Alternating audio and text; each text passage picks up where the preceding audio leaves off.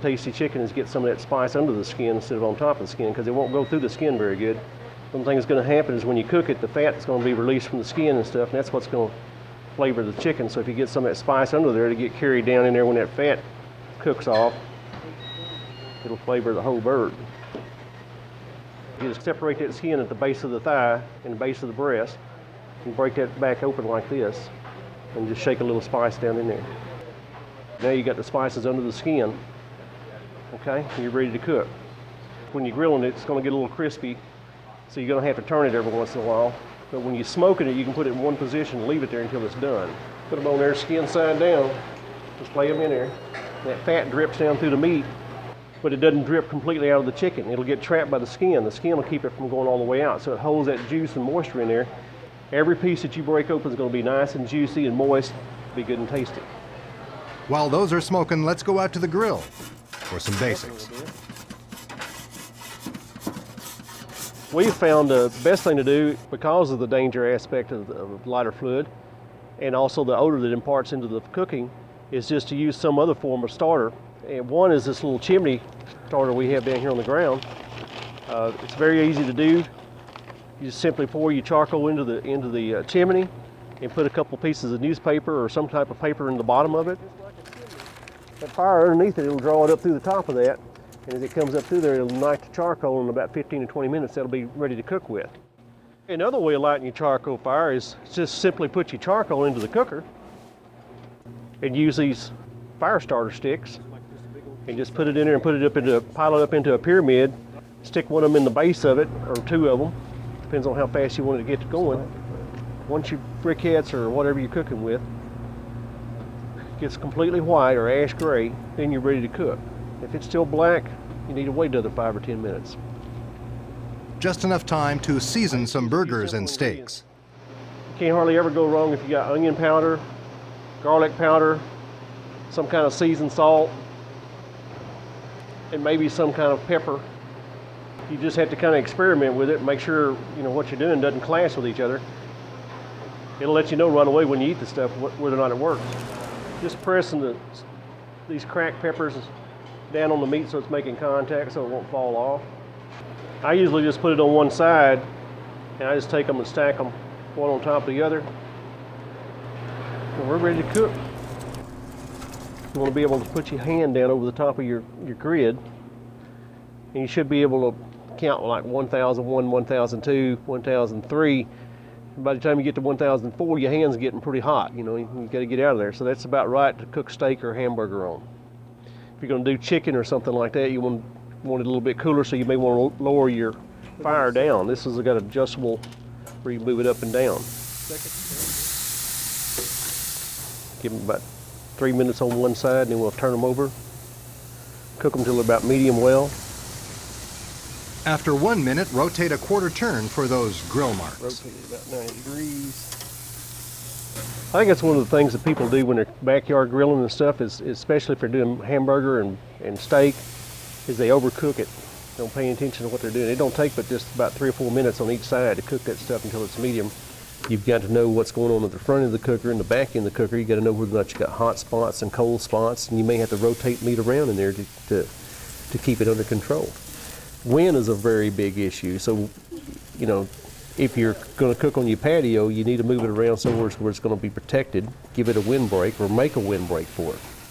On a gas grill, if you got the lid down, it gets hotter in there, and if you start getting a lot of grease dripping down in there, you'll have a flame up, and that'll give it that charbroil. Just open the lid and reposition them.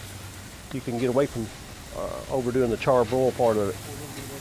This is some teriyaki grilling sauce. The thing about this stuff, though, is it really makes a mess of your grill afterwards. You got a cleanup job. Oh my God! We got hamburger buns. I'm gonna take mine. Put a little bit of this teriyaki on there too. Let's try this on steak. We're gonna be eating good. Now back to traditional barbecue and some secrets that'll wow your diners. Because it not only tastes good, it smells good. There's one award here with special meaning for competition barbecuers. You might call it the Mount Everest of Cuin, Grand Champion Whole Hog.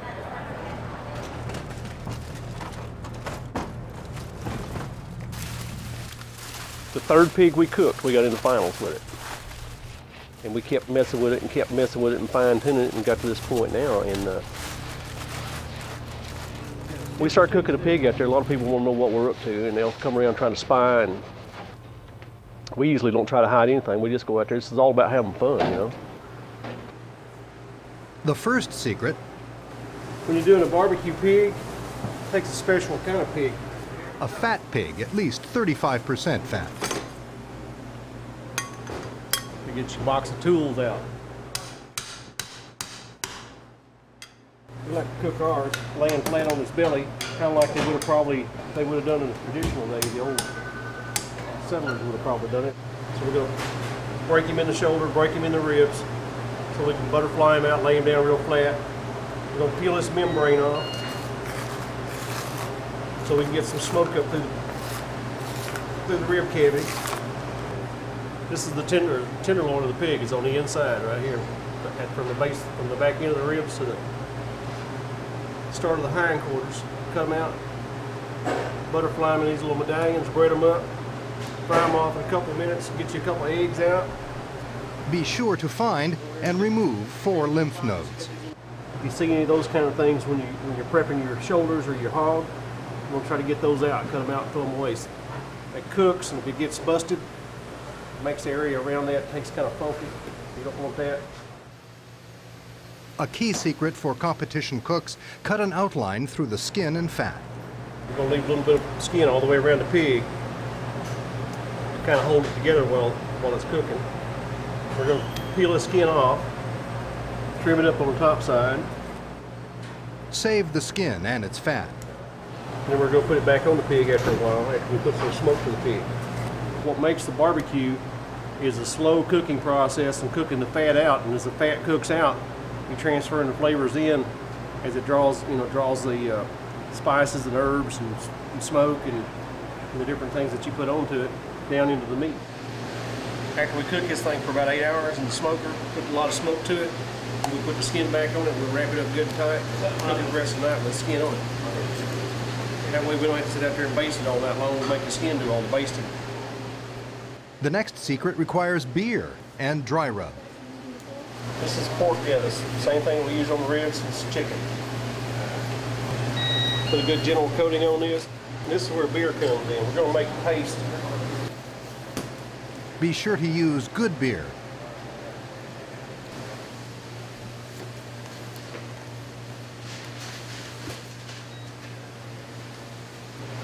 Okay, we got the pig seasoned now. It's seasoned on the inside, outside. All we got to do now is put it on the smoker. So we need to take it outside, get it on the rack, and slide it in the cooker and start cooking. If you don't know what the cooker's going to do, there is no real advantage or disadvantage to any particular cooker. You've got to know what the thing will turn out. We cook it about 225, 230 degrees on ours, and it takes about 25 hours to cook a pig to get it righteous. You got to spend a little more time with the fire drills and stuff. In other words, putting fuel in the fire boxes. After 8 hours pre-smoking at 225 degrees. This is the moment of truth. This is what you spend all night for waiting on. Show and tell. Show and tell now. And overnight with the skin back on. About another 12 hours after you get the smoke into it, and after it gets done, you probe it. We usually want to get the shoulders up to about 185 degrees and have it there all 3 or 4 hours. Davis has a finishing secret. We'd like to make it a saucy, sweet and saucy pig. So we're going to put a little brown sugar on it. You don't overpower it with spices, and you don't want your sauce not to complement your dry seasonings and stuff that you used. Everything has to kind of complement each other. We're going to put him back in here, let him cook a little bit.